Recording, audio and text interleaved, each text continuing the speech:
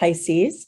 Welcome to Pandora Astrology's monthly horoscope for November of 2021. Well, this month you're going to see a lot of activity in the ninth house in your horoscope, and that's the house of travel and growth and exploration. So you may find yourself wanting to make some trip plans. If this horoscope tickles your fancy and you have more questions, you can get them answered in a natal and transit reading, and you'll find a link for that in the YouTube description below. Well, Saturn sextile Chiron makes its final connection this month. And let me show you where this lands for you. Saturn is traveling along through your 12th house. Chiron is traveling along through your second house. These two have been connecting through a harmonious sextile. And that's why you haven't heard very much from us about it, because it's been so smooth that, it's not like it's kicked up a lot of drama. But if you find that Saturn's passage through your 12th house has put you in a fallow time in your career, where you feel like not a lot is going on and maybe you really should just coast, well, that's probably right. You probably should coast. And Chiron has actually been helping you. And so Chiron brings healing, brings integration, brings hybridization, takes things that have been split and broken apart, brings them together and mends them.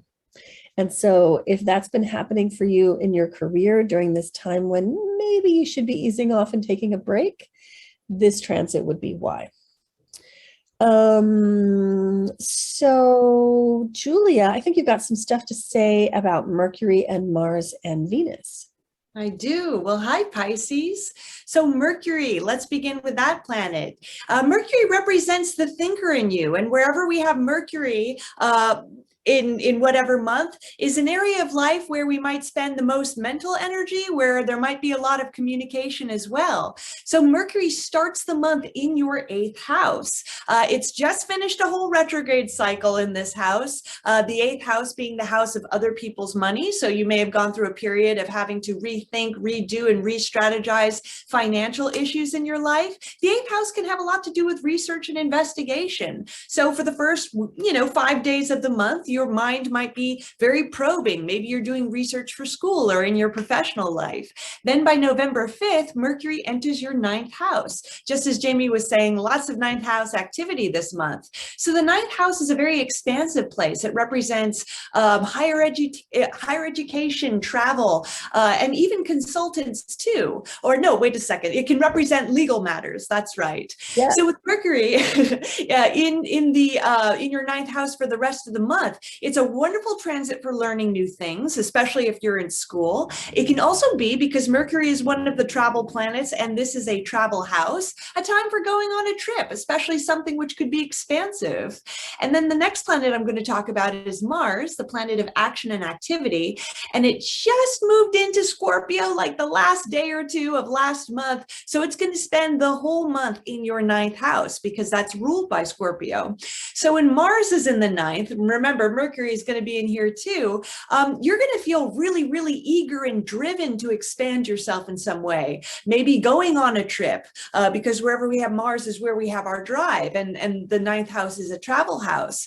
Now, Mars in the 9th can be a tricky time for people who are in school, because wherever we have Mars is where we can run into conflict. So maybe it could be like butting heads with teachers, or having to, some frustrations with learning could come along with that too.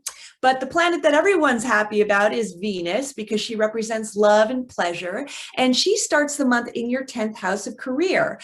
So for the first 5 days of the month, Venus is going to be adding a little bit of luck and a little bit of ease to your career in general. The 10th house can also represent authority figures. So it's a wonderful time for the first 5 days of the month to, if you need to gain the favor of your boss, maybe ask for a raise, or, anything else at the workplace that might help you kind of network. This would be a good time to do it. Then on November 5th, Venus is going to go into your 11th house. That's the house of friends. It's also the house of networks.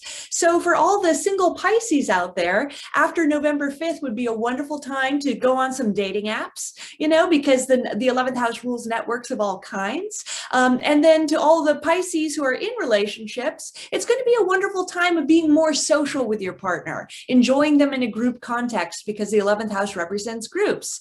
And, Venus going through the 11th house for most of the month is just going to pick up your social life, maybe wanting to connect with lots of friends or the groups that you're a part of too.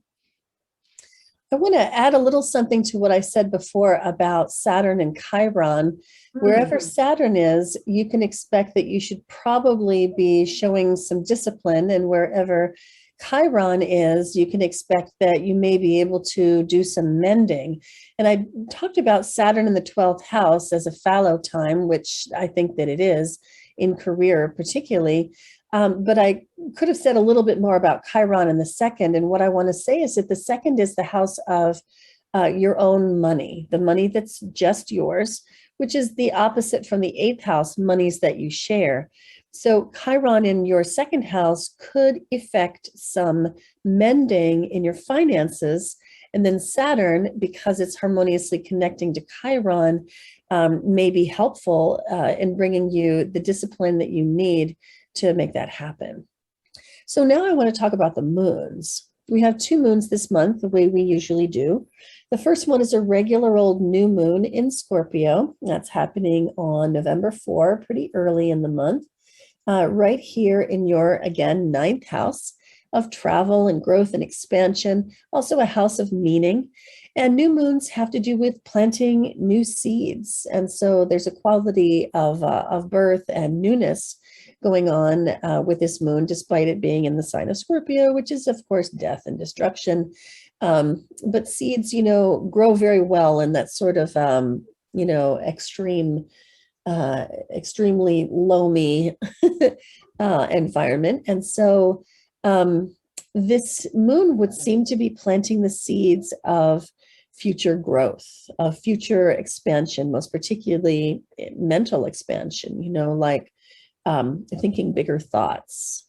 So the second moon, though, is I think a little bit more interesting because it's an eclipse. So this is the full moon and lunar eclipse that is happening on the 19th. And as you can see, the moon is here in the sign of Taurus in the 3rd house, and it's opposite the sun in Scorpio in the 9th house.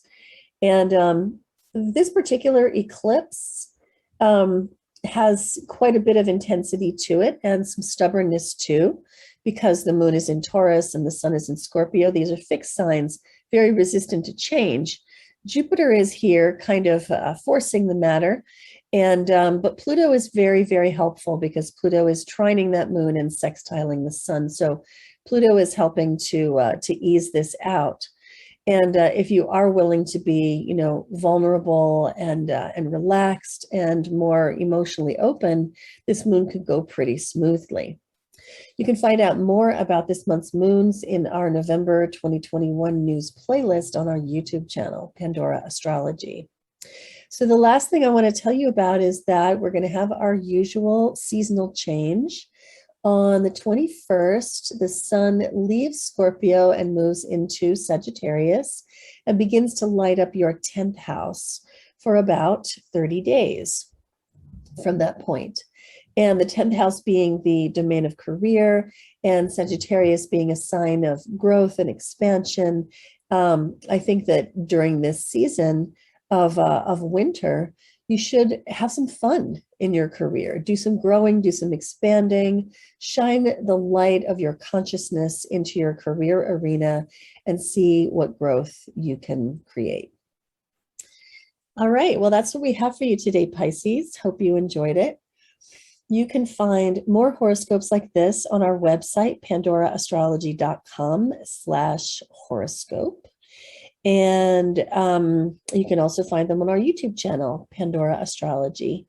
And also on our website, you can get readings with us or take classes. And until next time, we'll see you around the cosmos. Bye. Bye-bye.